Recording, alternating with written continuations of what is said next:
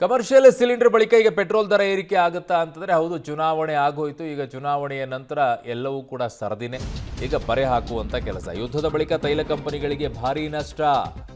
ಸದ್ಯ ಪೆಟ್ರೋಲ್ಗೆ 14 ರೂಪಾಯಿ, ಡೀಸೆಲ್ಗೆ 18 ರೂಪಾಯಿ ನಷ್ಟ ಆಗಿದೆ. ದರ ಏರಿಕೆಗೆ ಮುಂದಾಗುತ್ತಾ ಕೇಂದ್ರ ಸರ್ಕಾರ. ಸದ್ಯಕ್ಕೆ ದರ ಏರಿಕೆ ಇಲ್ಲ ಅಂತ ಕೇಂದ್ರ ಹೇಳಿದೆ, ಬಟ್ ಸದ್ದಿಲ್ಲದೆ ಶಾಕ್ ಅನ್ನ ಕೊಡುತ್ತಾ ಅನ್ನೋದು, ಗ್ರಾಹಕರಿಗೆ ಮತ್ತೊಂದು ಹೊರೆ ಬೀಳುತ್ತಾ ಅಂತ ಹೇಳಿ. ಈ ನಿಟ್ಟಿನಲ್ಲಿನೇ ಮೊನ್ನೆ ಕೇಂದ್ರ ಸರ್ಕಾರ ತಾನು ಅವ್ರ ಮೇಲೆ ಕೊಡ್ತಾ ಇದ್ದಂಥ ಇದನ್ನು ಕಡಿಮೆ ಮಾಡಿಕೊಂಡಿದ್ರು. ಆ ನಿಟ್ಟಿನಲ್ಲಿ ನಮಗೆ ಯಾವುದು ಹೊರೆ ಬಿದ್ದಿರಲಿಲ್ಲ, ಆ ಪೆಟ್ರೋಲ್ ಮಾಲೀಕರಿಗೆ ಸಮಸ್ಯೆ ಆಗಬಾರ್ದು ಅಂತ ಹೇಳಿ, ಪೆಟ್ರೋಲ್ ತೈಲ ಕಂಪನಿಗಳಿಗೆ ಯಾವುದೇ ರೀತಿಯಾದಂಥ ಸಮಸ್ಯೆ ಆಗಬಾರ್ದು ಅನ್ನೋ ನಿಟ್ಟಿನಲ್ಲಿ. ಬಟ್ ಈಗ ಅದನ್ನೇ ಮುಂದುವರಿಸ್ತಾರಾ ಅಥವಾ ಇಲ್ಲ ಈ ಬಾರಿ ಮತ್ತೆ ಹೊರೆ ಹಾಕ್ತಾರಾ ನೋಡಬೇಕು.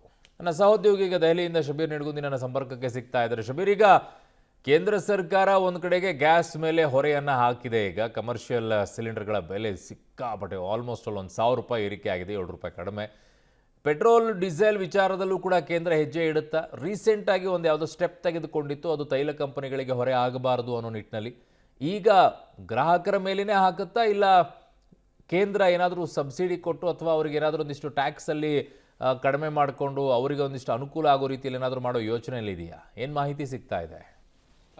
ಅರುಣ್ ನೋಡಿ, ಸದ್ಯಕ್ಕೆ ವಾಣಿಜ್ಯ ಸಿಲಿಂಡರ್ನ ಬೆಲೆ ಏರಿಕೆಯಾದ ಬೆನ್ನಲ್ಲೇ ದೇಶದ ಜನರಲ್ಲಿ ಒಂದು ಹೊಸ ಆತಂಕ ಕಾಡ್ತಾ ಇರುವಂಥದ್ದು. ಪೆಟ್ರೋಲ್ ಡೀಸೆಲ್ನ ಬೆಲೆ ಕೂಡ ಏರಿಕೆ ಆಗುತ್ತಾ, ಇದ್ರ ಜೊತೆಗೆ ಗೃಹ ಬಳಕೆಯ ಸಿಲಿಂಡರ್ ಬೆಲೆ ಕೂಡ ಏರಿಕೆ ಆಗುತ್ತಾ ಅನ್ನುವಂಥ ಒಂದಷ್ಟು ಅನುಮಾನಗಳು, ಭೀತಿ ಈಗ ಎಲ್ಲರಲ್ಲೂ ಕೂಡ ಕಾಡಲಿಕ್ಕೆ ಶುರುವಾಗಿರುವಂಥದ್ದು. ಬಹುಶಃ ಕೆಲವು ಮೂಲಗಳು ಹೇಳ್ತಾ ಇರುವಂಥದ್ದು, ಭವಿಷ್ಯದಲ್ಲಿ ಅಂದರೆ ಮುಂದಿನ ಕೆಲವೇ ದಿನಗಳಲ್ಲಿ ಎಲ್ಲದರ ಬೆಲೆ ಕೂಡ ಏರಿಕೆ ಆಗುವಂಥ ಸಾಧ್ಯತೆಗಳಿದೆ ಅನ್ನುವಂಥದ್ದು. ಮುಖ್ಯವಾಗಿ ಪೆಟ್ರೋಲ್ ಡೀಸೆಲ್ ಬೆಲೆ ಏರಿಕೆ ಆಗುವಂಥ ಎಲ್ಲ ಸಾಧ್ಯತೆಗಳು ಕೂಡ ಬಹಳ ದಟ್ಟವಾಗಿ ಕಾಣಿಸ್ತಾ ಇದೆ.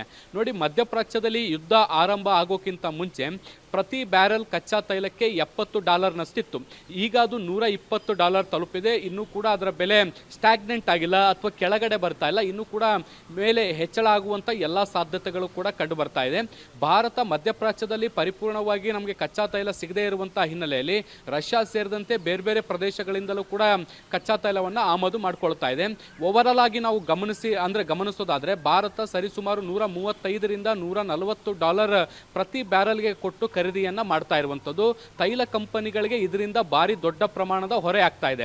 ಇತ್ತೀಚೆಗೆ ಕೇಂದ್ರ ಸರ್ಕಾರ ಒಂದು ಮಹತ್ವದ ನಿರ್ಣಯವನ್ನ ತೆಗೆದುಕೊಂಡಿತ್ತು. ಅದೇನು ಅಂದ್ರೆ ತನ್ನ ಪಾಲಿನ ಅಬಕಾರಿ ಸುಂಕವನ್ನ ಕಚ್ಚಾ ತೈಲ ಇಂಧನ ಕಂಪನಿಗಳಿಗೆ ವರ್ಗಾಯಿಸುವಂತ ಕೆಲಸವನ್ನ ಮಾಡಿದ್ರು. ಆ ಮೂಲಕ ಈ ಇಂಧನ ಕಂಪನಿಗಳಿಗೆ ಆಗಬಹುದಾದಂತಹ ನಷ್ಟವನ್ನ ಸರಿದೂಗಿಸುವಂತ ಪ್ರಯತ್ನಗಳನ್ನ ಮಾಡಲಾಗ್ತಾ ಇತ್ತು.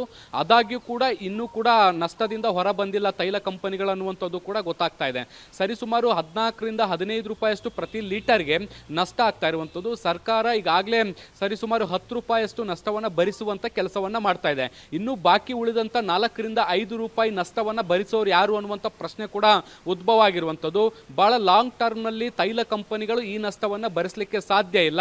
ಸರ್ಕಾರವು ಕೂಡ ಈಗ ತನ್ನ ಪಾಲಿನ ಸುಂಕವನ್ನ ಕೂಡ ಬಿಟ್ಕೊಟ್ಟಿದೆ. ಸೊ ಹೀಗಾಗಿ ಅಲ್ಟಿಮೇಟ್ ಆಗಿ ಈ ಬಾಕಿ ಉಳಿದಂತ ನಷ್ಟವನ್ನ ಗ್ರಾಹಕರ ಮೇಲೆ ವರ್ಗಾಯಿಸಬೇಕಾದಂತ ಅನಿವಾರ್ಯತೆ ತೈಲ ಕಂಪನಿಗಳಿಗಿದೆ. ಹೀಗಾಗಿ ಮೇ 4ರ ಬಳಿಕ 5 ರಾಜ್ಯಗಳ ಚುನಾವಣಾ ಫಲಿತಾಂಶ ಬಂದ ಬಳಿಕ ಬಹುಶಃ ಪೆಟ್ರೋಲ್ ಮತ್ತೆ ಡೀಸೆಲ್ನ ದರಗಳು ಕೂಡ ಏರಿಕೆ ಆಗಬಹುದು ಅಂತ ನಿರೀಕ್ಷೆ ಮಾಡಲಾಗ್ತಾ ಇದೆ. ಕೇಂದ್ರ ಸರ್ಕಾರ ಇದಕ್ಕೆ ಸಂಬಂಧಪಟ್ಟಂತೆ ಇನ್ನೂ ಕೂಡ ಸ್ಪಷ್ಟನೆಯನ್ನ ಕೊಟ್ಟಿಲ್ಲ. ಆದಾಗ್ಯೂ ಕೂಡ ಬೆಲೆ ಏರಿಕೆಯ ನಿರೀಕ್ಷೆ ಈಗ ಬಹಳ ದೊಡ್ಡ ಪ್ರಮಾಣದಲ್ಲಿ ಕೇಳಿ ಬರ್ತಾ ಇದೆ. ಅರುಣ್.